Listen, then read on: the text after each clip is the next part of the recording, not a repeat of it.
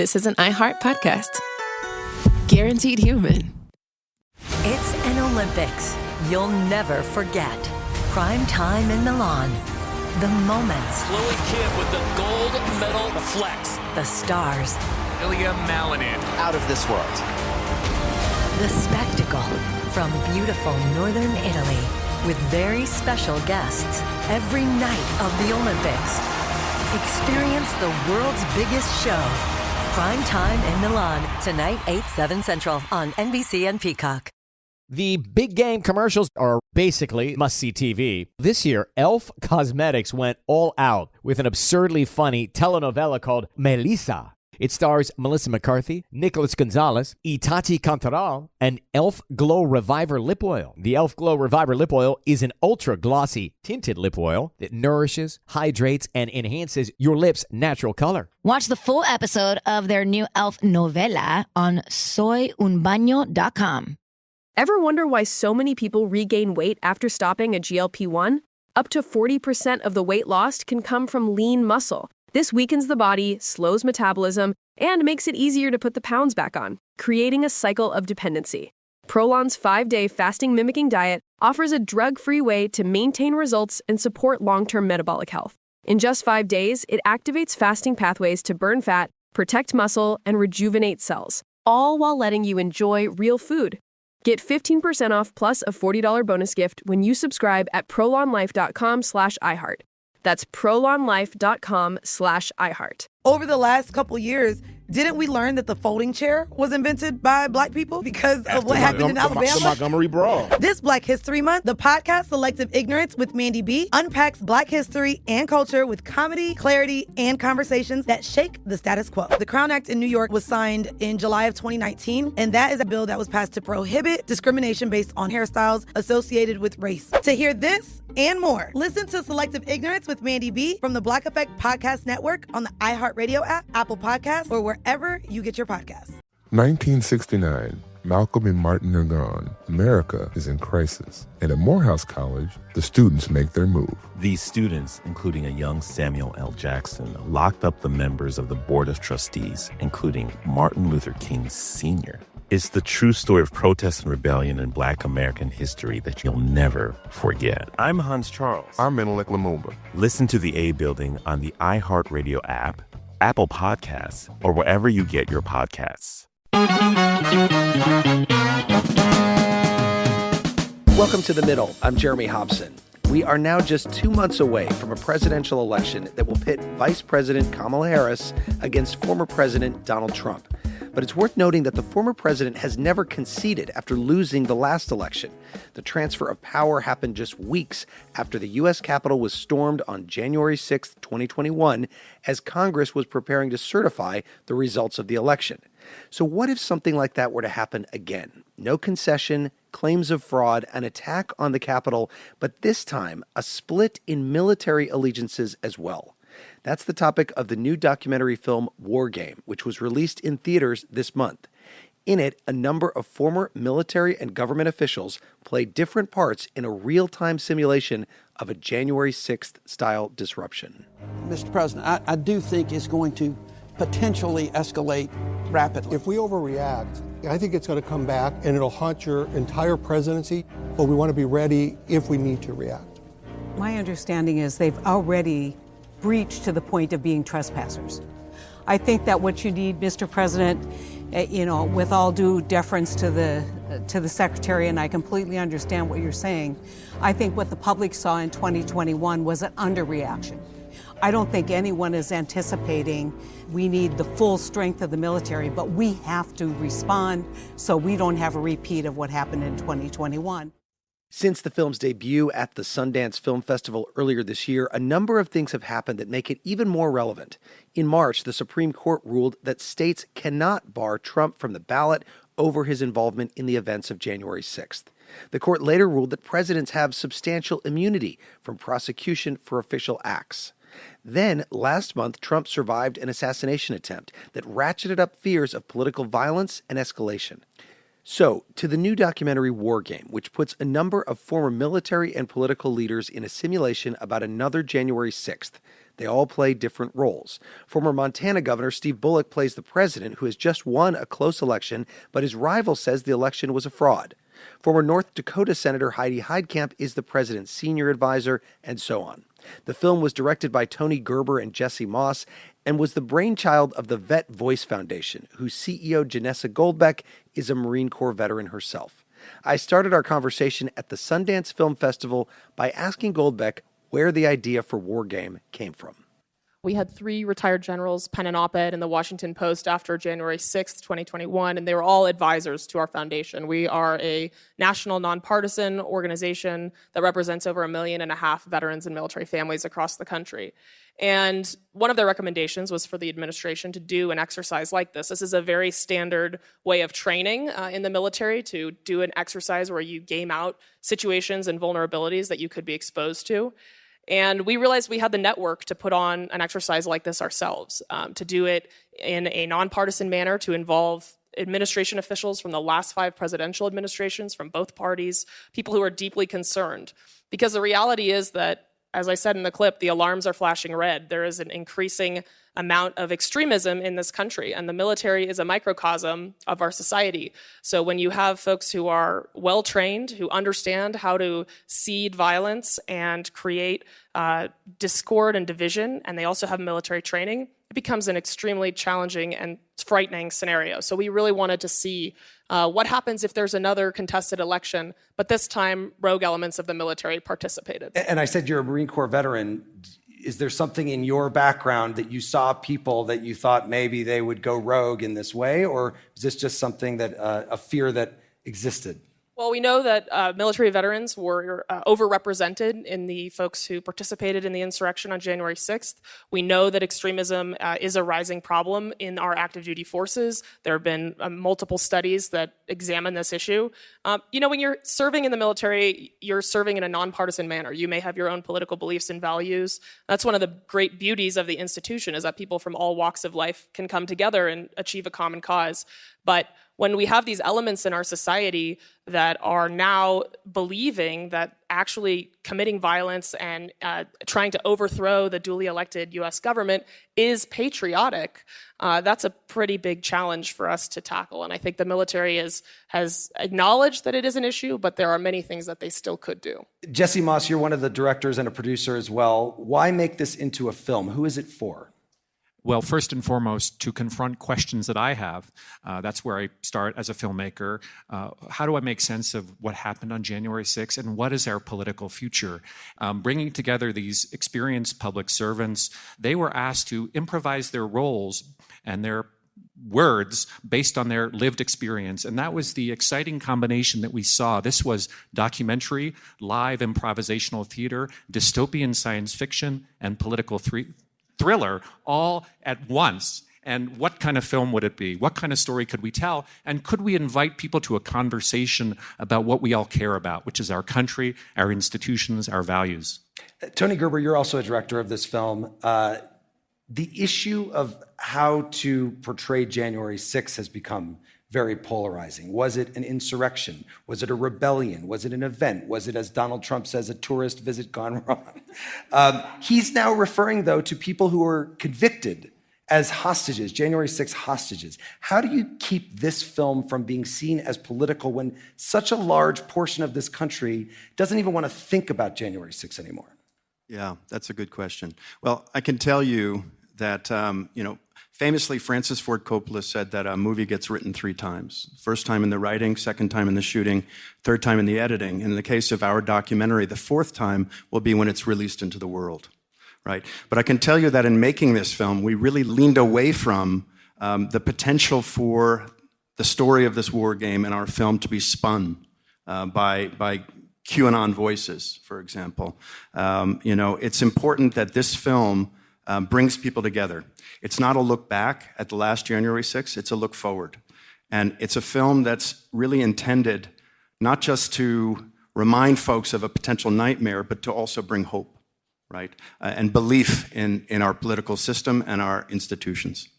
It is a very different time now, though, than it was when you made this film. Donald Trump is almost certain to be the nominee of the Republican Party again. for president. He has said he should be immune from prosecution even if he crosses a line. He has said he wants to be a dictator on day one.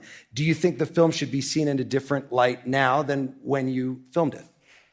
I wish that it were less relevant in some way, but and it's true that Trump was on the periphery when we began this project, but we know that the threats that this exercise in this film confront go beyond one person. They are a kind of cancer in our country and a division that you talked about. And I think that regardless of the outcome of the 2024 election, this is a problem that persists within the military.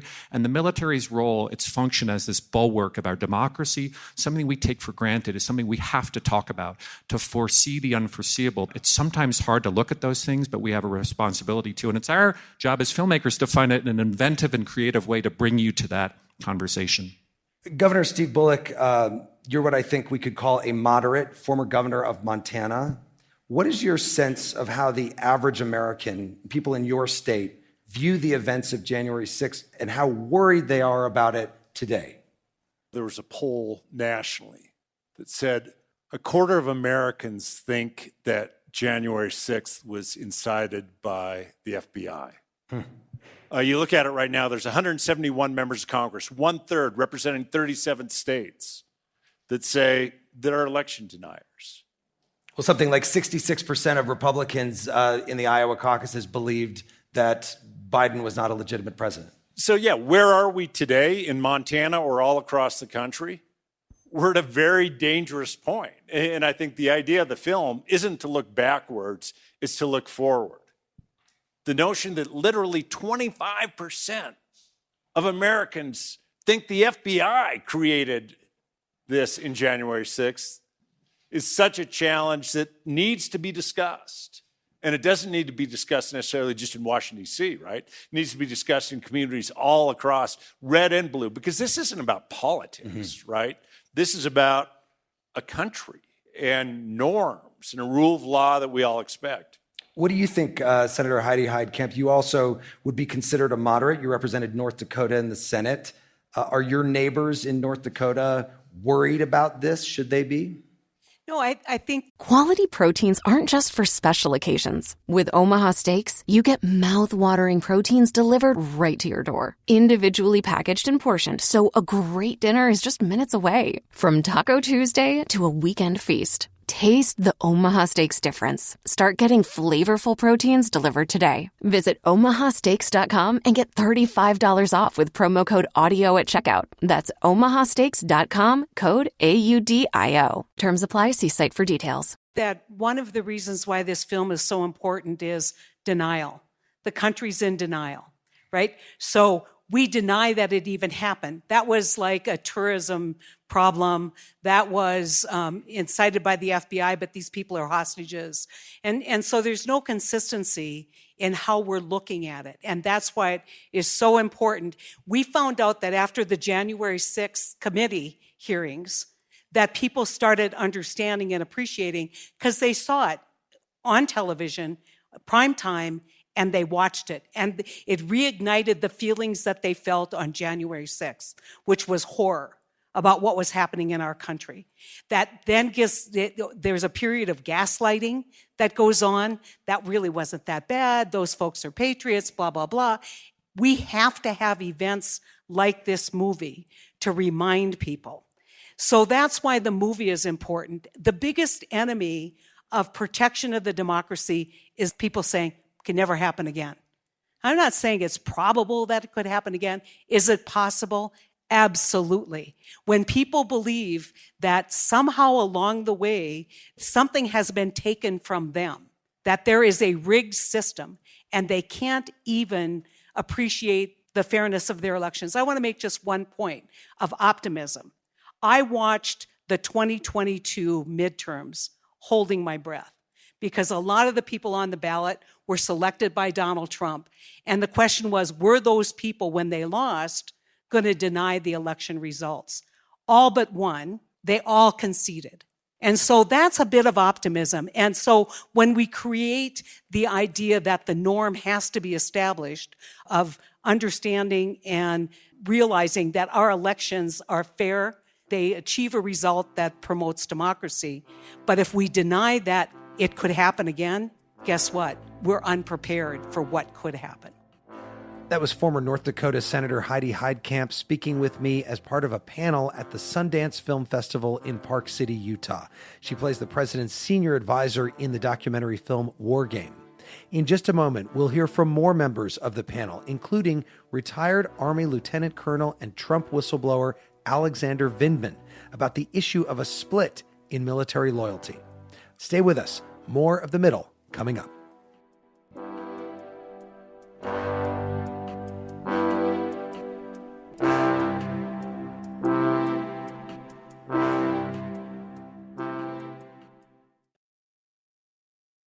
It's an Olympics you'll never forget. Prime time in Milan. The moments. Chloe Kim with the gold medal flex. The stars. Ilya Malinin. Out of this world. The spectacle from beautiful northern Italy with very special guests every night of the Olympics. Experience the world's biggest show. Prime time in Milan. Tonight, 8/7 Central on NBC and Peacock. Welcome to the A Building. I'm Hans Charles. I'm Menelik Lumumba. It's 1969. Malcolm X and Martin Luther King Jr. had both been assassinated, and Black America was at a breaking point. Rioting and protests broke out on an unprecedented scale. In Atlanta, Georgia, at Martin's alma mater, Morehouse College, the students had their own protest. It featured two prominent figures in Black history, Martin Luther King Sr. and a young student, Samuel L. Jackson. To be in what we really thought was a revolution. I mean, people were dying. 1968, the murder of Dr. King, which traumatized everyone. The FBI had a role in the murder of a Black Panther leader in Chicago. This story is about protest. It echoes in today's world far more than it should, and it will blow your mind. Listen to the A Building on the iHeartRadio app, Apple Podcasts, or wherever you get your podcasts. This is Ryder Strong, and I have a new podcast called The Red Weather. It was many and many a year ago in a kingdom by the sea. In 1995, my neighbor, Anna Trainer, disappeared from a commune. It was hard to wrap your head around. It was nature and trees and praying and drugs. So no, I am not your guru. And back then, I lied to my parents, I lied to police, I lied to everybody. There were years, Ryder, where I could not say your name. I've decided to go back to my hometown in Northern California, interview my friends, family, talk to police, journalists, whomever I can, to try to find out what actually happened. Isn't it a little bit weird that they obsess over hippies in the woods and not the obvious boyfriend? They have had this case for 30 years. I'll teach you sons of to come around here with my wife. Boom, boom. This is The Red Weather. Listen to The Red Weather on the iHeartRadio app, Apple Podcasts, or wherever you get your podcasts. I actually drive better when I'm high. It heightens my senses, calms me down. If anything, I'm more careful. Honestly, it just helps me focus.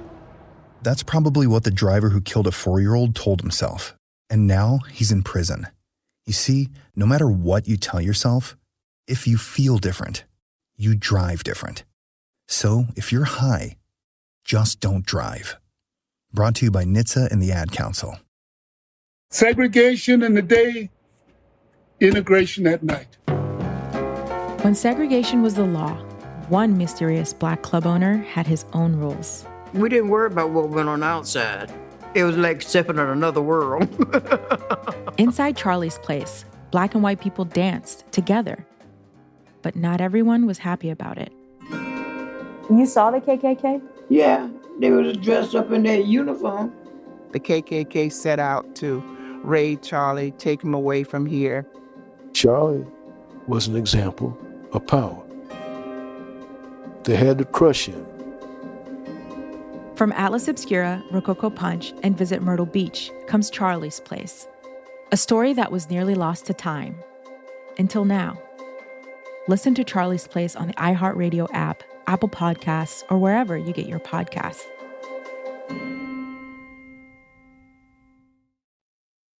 This is The Middle. I'm Jeremy Hobson. Over the last several months, we've tackled a number of topics, from healthcare and the media to inflation to the ongoing wars in Gaza and Ukraine.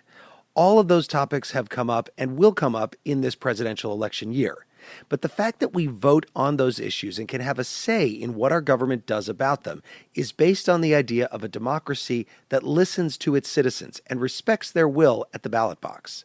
The film War Game puts former military and government officials in a simulation in which there's another January 6th-style riot at the U.S. Capitol, and there are split allegiances in the military. In one part of the film, rogue members of the military take over MacDill Air Force Base in Florida as the U.S. Capitol is being attacked. Former Senator Doug Jones, who plays the Attorney General, alerts Steve Bullock, who plays the president. Mr. President, we're picking up intercepted chatter among military that they're taking what happened at MacDill and now they're trying to spread that to other bases. How many soldiers are at MacDill? 12 that have gone rogue is what I understood. Not that many. These are 12, gung-ho killers out there who decided to take it in their own hands. So you got two 4-star generals down there. The concern we're getting is the chatter that this may spread, and y'all need to be aware of that.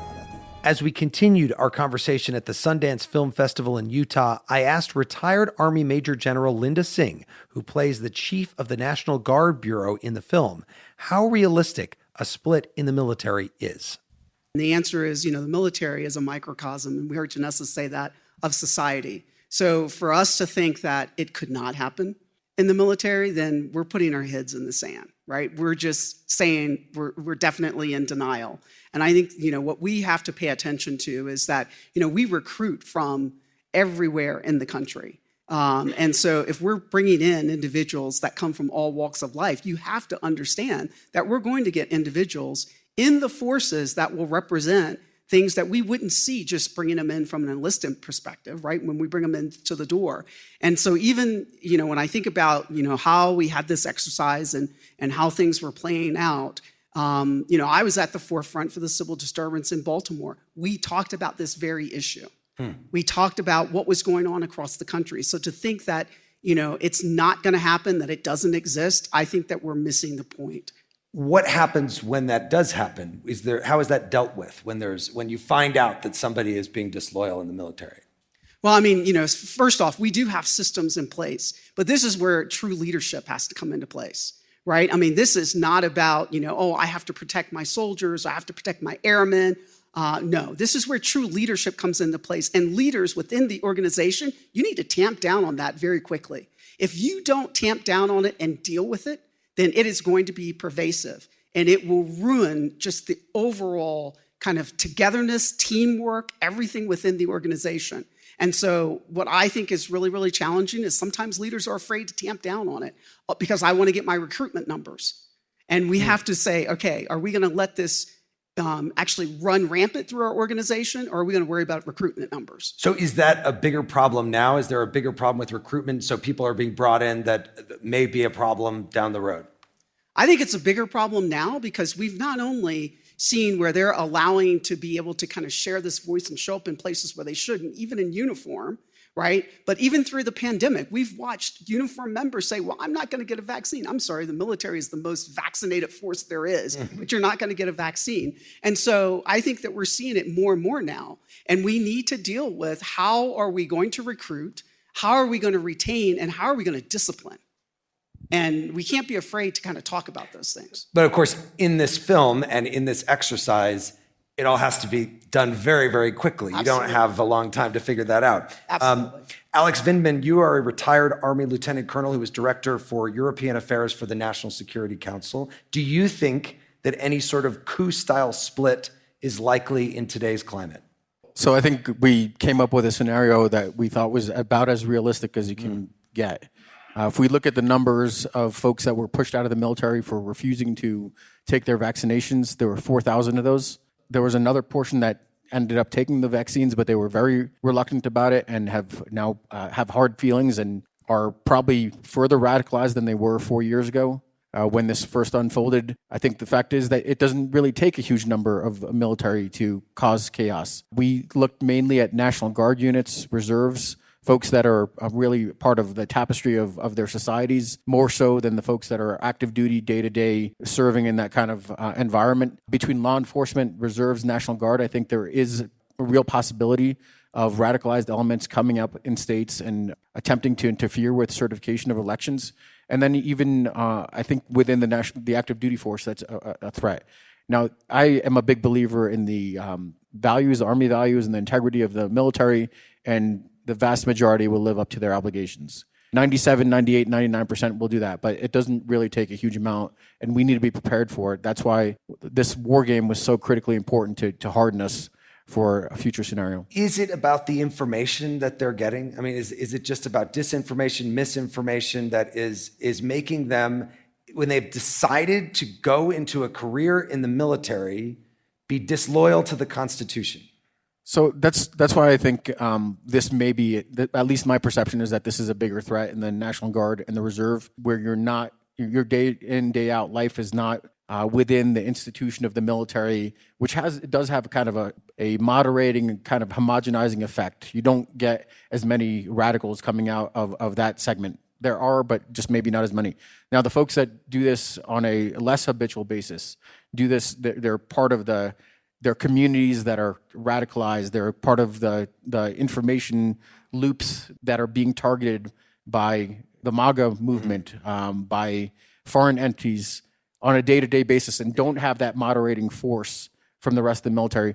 Those folks are just susceptible. And from my standpoint, producing something like War Game, the exercise that we did, the reports that we wrote, sharing that with the government is important. But it's frankly much more important to be able to share this with society at large, not just the interested parties in Washington, D.C., but frankly with the rest of the country that may have different perceptions and needs to be alert to these threats. A lot of our listeners know who you are. You were seen as a hero by many when you blew the whistle on former President Trump and his phone call to the Ukrainian president. You've now been vilified on the right. You are an actual victim of this polarization in this country. How did that play into your experience in doing this war game? So I've been part of the Vet Voice Foundation and Vote Vets really just about since the moment I left the military service. And the reason I made that decision in the first place is I was in uniform on active duty. I was vilified and demonized by the Trump administration and the far right. And I couldn't really do anything because in the military, I'm bound by the Uniform Code of Military Justice. I couldn't defend myself. Once I was forced out by the Trump administration, the gloves were off. And they did that to themselves. So immediately, I took the opportunity to punch back. I wrote about my experiences with the Trump administration. My wife and I ended up participating in some ads indicating the threat that Donald Trump poses to our democracy, tried to be impactful in 2020. And I see it as a commitment to make sure that other public servants are not demonized and vilified the way I am. And I've been given a voice, and I'm going to use it in a constructive way. It's that simple.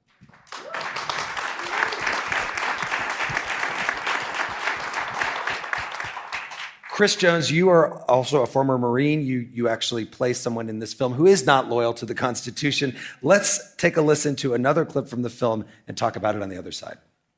A new video has been released on social media by the heads of the so-called Order of Columbus, the extremist group which has long challenged the legitimacy of the US government. Retired Army Lieutenant General Roger Sims, who the order refers to as the Patriarch, is claiming to have evidence of a stolen election, and the group is backing those members of the military who have appeared to have gone rogue. Now, this video was released just a short time ago. We're going to play it for you. A word of warning, some of what you'll hear is disturbing. We have undertaken an extensive investigation of the 2024 election. And it is Hotham who is attempting a coup to consolidate his illegitimate power and eliminate our God-given freedoms. So the Red Cell is motivated not just by a failed candidate who's trying to steal the presidency, but also by a religious figure, someone with military experience who comes with a lot of credibility, like former General Michael Flynn, a convicted felon who spent his career fighting against insurgencies, it is not unrealistic that figures like him could play roles in an attack. Those of you who are feeling weak tonight, those of you that don't have the moral fiber in your body, get some tonight, because tomorrow we the people are going to be here, and we want you to know that we will not stand for a lie. We will not stand for a lie. A figure like that can be used to help recruit Americans into a belief system that justifies violence against other Americans to achieve political goals, which is the definition of terrorism. Chris Jones, give our audience a sense of your role in this and the red cell and what that is.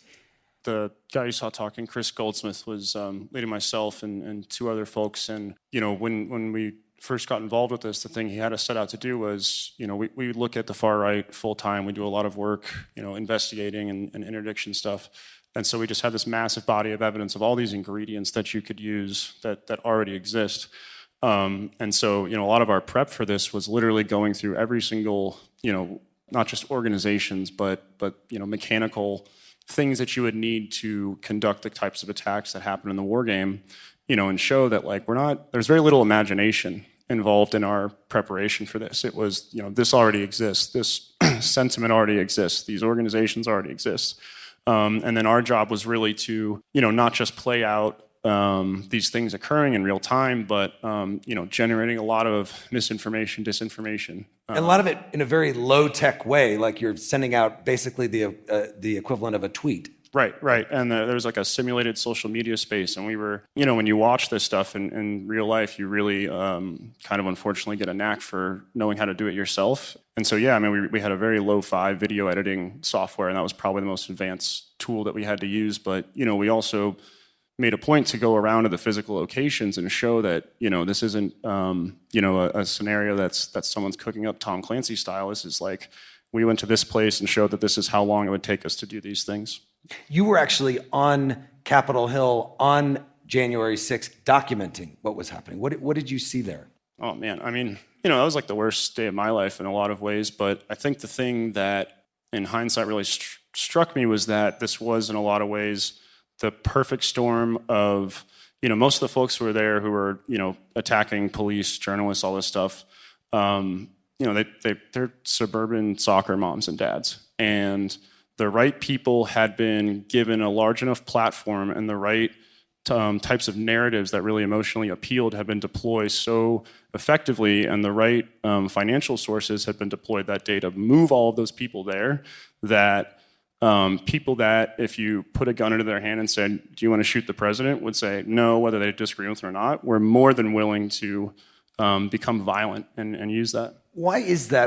What did you learn about not the Proud Boys, but just ordinary people who took part that day, broke the windows, went in, or at least went in after the window was broken into the Capitol? Why did they do that? I've looked at this stuff long enough and have been involved in enough other, insurgencies and stuff like that to know that we're not that special, right? That it does not take a lot to turn somebody who's never done anything violent into part of a violent insurrection. I think that you really saw how close we are. And I think my biggest thing was that, underneath all of these decisions these people were making were very real. We talk a lot about real and perceived grievances. There's something that these people were legitimately upset about. And the only media or social way to engage with those things and political ways to engage with those things that they felt they had access to was waiting for the president to say, go to the Capitol and tear it down. Elizabeth Neumann, let me bring you in. You served in the Trump administration as Assistant Secretary for Counterterrorism and Threat Prevention in the Department of Homeland Security. You've got a new book out called Kingdom of Rage, The Rise of Christian Extremism and the Path Back to Peace. You raised alarms about the threat of domestic terrorism. What is the root cause of it, do you think? So that would take much longer than we have time for. But in a nutshell, our country has dealt with domestic terrorism probably since our founding. There's an argument to be had that even the revolution checks some of the boxes, right? This terrorism is one form of extremism. Extremism, the definition I use is when an in-group perceives that their success or survival is threatened by an out-group, and hostile action is necessary. It's that hostile action piece that becomes so critical to your definition, because your in-group, out-group, success or survival piece is very normal in our politics. The other side, this is the most consequential election of our lifetime. If so-and-so gets elected, it's the end of the United States as we know it. I mean, we're just so used to it such that when we had an election in 2020 and now again in 2024, when you have people like Colonel Vindman saying, no, really, it's hard for us to even hear that this is different than those other political speeches you've heard in the past. But the difference is the hostile action piece, that we have individuals in our country who perceive that threat so significantly that they're willing to commit some form of hostile action. And on the spectrum of hostile action, we start down at the bullying harassment stage, might be non-criminal, so the government's not allowed to go and police that, but from a community standpoint, we can. As parents, we can. As educators, we can say, stop it. That's not how we deal with our conflict. But it can pretty quickly escalate into criminal action, actual vandalism of property, actual intimidation and threats of an individual or an organization, and then you get into hate crimes, terrorism, genocide being the extreme end of that spectrum. And we have, I think, been living in a toxic soup of extremist rhetoric for a long time as a country, and then a permission structure was created some point in the last 10 years that you can take those ideas that, yeah, violence is appropriate sometimes, and actually start acting on them. And to have that permission structure, you need a couple of factors. It's at any given time in our population, there are going to be any number of individuals that we would describe as vulnerable to radicalization, but the percentage that actually radicalizes is much, much smaller, and the percentage that actually mobilized to violence is much, much, much smaller than that. But in recent years, that vulnerable population has swelled and is huge.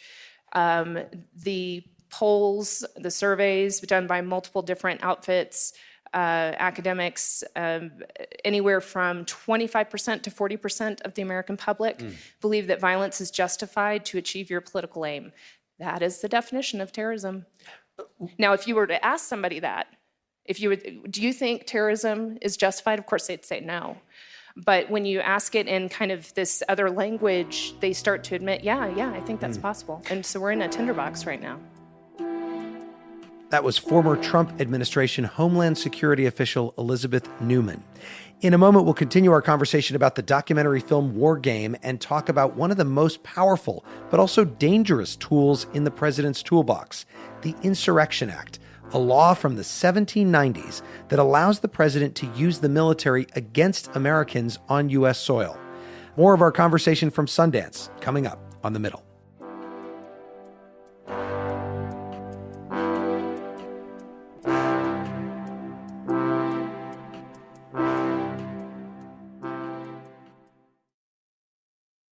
It's an Olympics you'll never forget.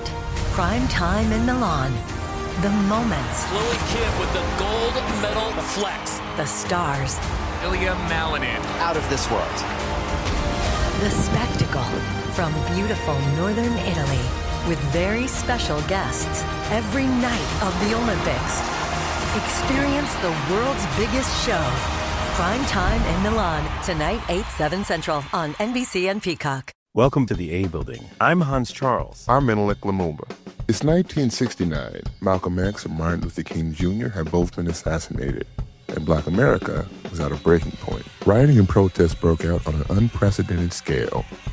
In Atlanta, Georgia, at Martin's alma mater, Morehouse College, the students had their own protest. It featured two prominent figures in Black history, Martin Luther King Sr. and a young student, Samuel L. Jackson. To be in what we really thought was a revolution. I mean, people were dying. 1968, the murder of Dr. King, which traumatized everyone. The FBI had a role in the murder of a Black Panther leader in Chicago. This story is about protest. It echoes in today's world far more than it should, and it will blow your mind. Listen to The A Building on the iHeartRadio app, Apple Podcasts, or wherever you get your podcasts. This is Ryder Strong, and I have a new podcast called The Red Weather. It was many and many a year ago in a kingdom by the sea. In 1995, my neighbor, Anna Trainer, disappeared from a commune. It was hard to wrap your head around. It was nature and trees and praying and drugs. So no, I am not your guru. And back then, I lied to my parents, I lied to police, I lied to everybody. There were years, Ryder, where I could not say your name. I've decided to go back to my hometown in Northern California, interview my friends, family, talk to police, journalists, whomever I can, to try to find out what actually happened. Isn't it a little bit weird that they obsess over hippies in the woods and not the obvious boyfriend? They have had this case for 30 years. I'll teach you sons of to come around here and my wife. Boom, boom. This is The Red Weather. Listen to The Red Weather on the iHeartRadio app, Apple Podcasts, or wherever you get your podcasts. I actually drive better when I'm high. It heightens my senses, calms me down. If anything, I'm more careful. Honestly, it just helps me focus. That's probably what the driver who killed a 4-year-old told himself. And now he's in prison.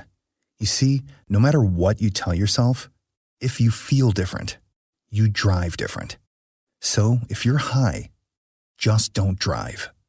Brought to you by NHTSA and the Ad Council. Segregation in the day, integration at night. When segregation was the law, one mysterious Black club owner had his own rules. We didn't worry about what went on outside. It was like stepping in another world. Inside Charlie's place, Black and white people danced together. But not everyone was happy about it. You saw the KKK? Yeah, they was dressed up in their uniform. The KKK set out to raid Charlie, take him away from here. Charlie was an example of power. They had to crush him. From Atlas Obscura, Rococo Punch, and Visit Myrtle Beach comes Charlie's Place. A story that was nearly lost to time. Until now. Listen to Charlie's Place on the iHeartRadio app, Apple Podcasts, or wherever you get your podcasts. This is The Middle. I'm Jeremy Hobson. Let's continue our conversation from the Sundance Film Festival in Utah about the new documentary film War Game. In it, a host of elected leaders and military officials had to react in real time to a January 6th style event, but worse because there was a split in military loyalty. Some in the armed forces believed that the loser of the election was actually the winner. Former Montana Governor Steve Bullock plays the president, and I asked him who he believed the enemy was in a situation like that. Was it the ordinary citizen breaking into the Capitol, the radicalized blogger sending out orders online, or the Michael Flynn-esque former general telling members of the military to disobey orders from their commander-in-chief? I don't know that I was thinking, who am I fighting against, but what are we fighting for, right? That at the end of the day, and we even talk about some in the movie, you have what happened on the January 6th, but what's going to happen the day after? I think Elizabeth's talk about the in-group and the out-group, and look, many people would want to say, Trump caused all this. I don't believe that. I think Trump was the result. 2006, 2016, 80% of households saw their income stay flat or go down. People start thinking, okay, I do the right thing. I'm going to live that dream, whatever that is. And when it's not getting there, that's how you get the potential for more radicalization. So I looked at it certainly at a micro level, right? That here's what's happened in Arizona. Here's what's happened in MacDill Air Force Base. Here's what the Red Cell might be doing. But as we tried to get a hold of the situation, the premise behind it is that the election was decided by 0.6%. But it was never, that 49.4% of people are bad. It wasn't about the politics. It was about sort of the institutions. And then how do we start bridging those institutions once you get control of the situation? Elizabeth, what was the scariest thing that came up in this exercise that you think we need to be worried about as we head into this coming election?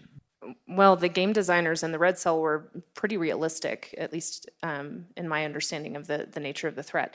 And they took advantage of, I don't want to call them design flaws, it's just that so much of the way that our government functions is based on norms. It's not written into law, it's not written into policy, and we've experienced in the last 8 years what happens if somebody says, I don't want to live by those norms. And there are consequences if we, as a society, decide, whether it's down at a low level, somebody getting upset with the fast food worker and deciding that violence is the response, that's a norm violation, all the way up to a president saying, I don't have to follow the rules, I am immune to the laws. That those have consequences. So I think while there were many good outcomes of the exercise, and you'll have to go see the film to learn more about them, I was still left with this pit in my stomach that there are a lot of policy questions left unanswered. There are a lot of places that we, both in the government and then as a community, we need to be wrestling with this and coming up with answers before it happens. If you're dealing with it on the day of and you don't know what your playbook is, you're most likely going to lose, or in the way that I view it, you're most likely going to lose life. Can I add Yeah, something please. to Senator Steve's Heitkamp. comment, though? I mean, he's right about economic disenfranchisement, but people have, and let's just admit it, they have made fear of the other American, the American that doesn't look like you, that person's getting ahead. That person's taking something from you. And those people are for that person, and I'm for you. And in a way that we've never seen, at least in my lifetime, people who would espouse those beliefs, whether they are white supremacists, have been invited to the party because they are a critical piece of a voting bloc right now. And that's something that needs to be extinguished. And so we can't leave just the overt racism of what's happening in this country out of our discussion. We have one more clip that gets to something that is really fascinating in this film, really the crux of the film. There is a tool the president has, fully legal, also comes with a lot of consequences. It's called the Insurrection Act. It was passed in 1792, and it gives the president of the United States the power to use the military against civilians on U.S. soil in certain circumstances. Listen to this. This is going to be a defining moment of your presidency. It is, but here's what's missing in this. We have to understand why they want to give command and control to the president. The Insurrection Act is a trap. We need to have a further conversation. It's a defining moment in their governorship. We have what? Mr. President, your audience is the American public, and they want to know that Congress is coming back to certify. So we do have to come to agreement here because time is moving on. You have to decide which way you're going to want to move.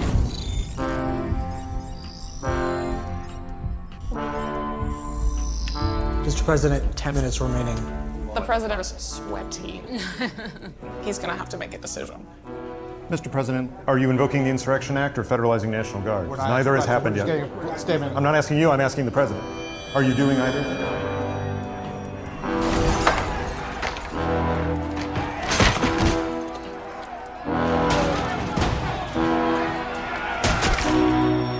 Mr. President? Mr. President? Mr. President? Mr. President? Mr. President? Mr. President? Governor Bullock, Mr. President. Easy day, wasn't it? Did it make you wonder whether you really wanted to run for president back in the day? No. What was going through your mind as you were considering whether to invoke the Insurrection Act? Well, first, a lot of voices, as you could say. I mean, Jack had said at some point, the fog of war, and you didn't have all of the information along the way. As a governor, you're the commander-in-chief of your National Guard, had got to work with folks like General Singh on a regular basis. But trying to get a hold and control of the situation while recognizing that, like, look, that's the nuclear option. when you're sending in U.S. military against your own citizens, when half of the country didn't even think you were properly elected, like once you go there, you can't put that back in the bottle. So it was both thinking about how do you control the situation and then what do we do the next day to start hopefully healing this country. Heidi Heitkamp, you were a senior advisor to the president. What were you weighing as you thought about how to advise him on whether to use the Insurrection Act? I think when you are trying to defend democracy and you take the most extreme power that government has, which would have been the Insurrection Act, basically declaring military law, then you need to think about whether you're actually defending democracy or whether you're just taking an easy way out. And the other thing is, and you will see it when you see the movie, we had incomplete information on whether the governors were actually deploying the resources that they already had at their ready. And Which is realistic, probably, and what would actually happen. Absolutely. And we kept saying, get the governor on the phone. You know, we're trying to parse through that whole system. And the interesting thing about this exercise is Steve and I both come from state government. We were both attorneys general. That's really where my heart is. Even though I served in the Senate, I see myself more as a state official. And I think we looked at this through a lens of state government and state responsibility in each one of these locations and the value of the federalism system that we have, where states have that autonomy. And so to take that away from states was another huge factor that led to recommendations. Governor Bullock. I guess, and without sort of saying how it all ends, one of the things that I was heartened with through the exercise too was like you had incredible military, former four-star generals involved. And, you know, and part of you might think, okay, that a four-star general would say, everything looks like a nail and we're the hammer. But how thoughtful they were in providing counsel to us as well. General Singh, if you were in that situation at that moment and the president said, we're invoking the Insurrection Act as a person in the military, what do? You just have to do what he says. Well, so that is where I have to really stand on principle, which I think I did in the exercise, right? I really wanted to make sure that we understood what that meant. And I think when you get a chance to see War Game, I want you to understand what that really means to you as a citizen. That means that you're taking someone like us and you're asking us to go and fight against our families, our friends, our aunts, our uncles, our neighbors. That happens abroad. It doesn't happen here in the US. Not anymore. And so that is a nuclear option that you got to be prepared for the consequences when someone pulls that card. It has long-standing, far more consequences than you can imagine. Alex Vindman, it has already been reported that if President Trump were to win again, that his advisors have said that he is considering using the Insurrection Act on the first day if there are mass protests. Do you think that he would do that? I think he'd want to set the conditions for being able to justify the Insurrection Act. I think, frankly, in this scenario, I think the Red Cell was doing everything they could to force the hand of the president and have him invoke the Insurrection Act and use that as justification for widespread violence. I think Donald Trump would be very eager to launch this kind of situation for two different reasons. One, because it gives him a chance to seek retribution against his enemies. And two, is that it gives him some justification for holding on to power, doing the thing that he's already declared that he wants to do, which is to become a dictator for a single day. But as only on day one. Yeah, as we understand, if you're a dictator on day one, then you're a dictator forever until you're removed. Jesse Moss, one of the interesting things that we haven't talked about is that this was filmed just blocks away from the Capitol. 2 years after January 6th. What was that like? I think we have these ghosts that we live with. They're everywhere. They're in our hearts, our psyches. And the very hotel where we filmed was a hotel that insurrectionists stayed in on January 6th. It's the hotel we reclaimed for democracy. That's how I like to think about it. I think the exercise exhumes ghosts and allows us to look at them and confront our fears, but in what I think is not an inflammatory and frightening way, a little bit frightening, but I think in a constructive way, because it's all of these people who I think want to protect and defend democracy. And so I think we do confront those ghosts, but in a very cathartic way. We need to do that.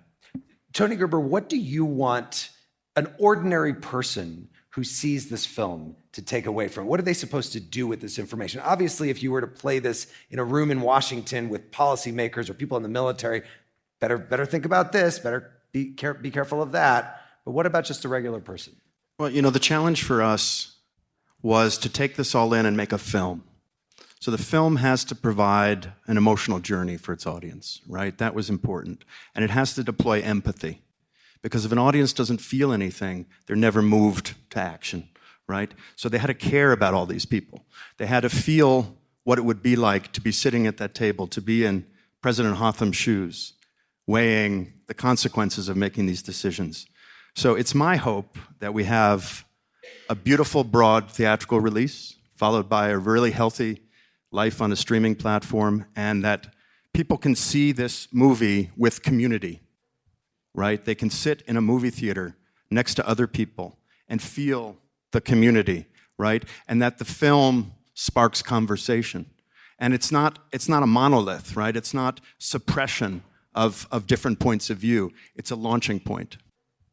I think there's probably a lot of disagreement on this stage about particular political issues, and we come from all different perspectives on the spectrum, but I think we do have common concerns and values, and I think that's what I saw in what Janessa organized and the different backgrounds of the people involved in this that I wanted to be a part of, to witness, to try to capture, because I think that's a powerful lesson for all of us. Alex Vindman? Yeah, so I think this is going to actually tap into a zeitgeist of the moment. Unfortunately, we're now in the world where large swaths of the American public have woken up to the dangers, have shaken off complacency about the security of our democracy. I think that played out in the way elections unfolded in 2020, 2022, this off-cycle election in 2023. People are voting on the basis of preserving democracy. And I think this film is going to strike at a moment where 1/6 is still fresh in people's minds. We're coming up on a presidential election, and people can reflect on the fact that we're still in harm's way. We're still in danger, and we need to take charge of our democracy, vote accordingly to preserve our form of government. Elizabeth Neumann, do you think that the lessons have been learned in Washington to be prepared for what could happen? Washington is having a hard time getting anything done right now. So I had hope that we might see some laws passed to address everything from the vulnerabilities demonstrated on January 6th to our domestic terrorism architecture, which a whole other conversation, but is woefully equipped when you compare how we are able to go after international terrorism. So there's vulnerabilities in our structure that have not been fixed. Mm-hmm. I do think that the executive branch is much more attuned to domestic terrorism. They've done a lot of work to better understand it, to better use the tools that we do have to go after domestic terrorists, but it is really fraught for the federal government to try to address this mass political violence problem we have. That is, it goes to what the governor mentioned, when the federal government does something, it is perceived as the Democrats are doing something to the Republicans. It is blue state against red state. Even if the civil servants in the executive branch, many of them are Republican and conservative, but we see demonization of our law enforcement agencies. We see accusations that the Department of Justice has been politicized to go after political enemies. So that's the operating space that the executive branch is in right now, damned if you do, damned if you don't. And so they're doing the best they can, but they recognize that if they overstep, it actually makes the problem worse. That was former Trump administration Homeland Security official Elizabeth Neumann, one of the participants in the new documentary film War Game, which was released in theaters this month. We'll link you to more about the film and how you can see it at listentothemiddle.com. It's in select theaters now and will be available on demand in the coming weeks. Next week, we're back with another live show where we'll focus on the issues important to younger voters this election. We always get so many calls from young people, so if you're out there and you're under, let's say, 40, call 844-4MIDDLE. That's 844-464-3353 anytime, and leave us a message, or you can call in live next week. The Middle is brought to you by Long Nook Media, distributed by Illinois Public Media in Urbana, Illinois, and produced by Joanne Jennings, Harrison Patino, John Barth, and Danny Alexander. Our technical director is Jason Croft. Our theme music was composed by Andrew Haig. Thanks also to Nashville Public Radio, iHeartMedia, and the more than 410 public radio stations that are making it possible for people across the country to listen to The Middle. I'm Jeremy Hobson. Talk to you next week.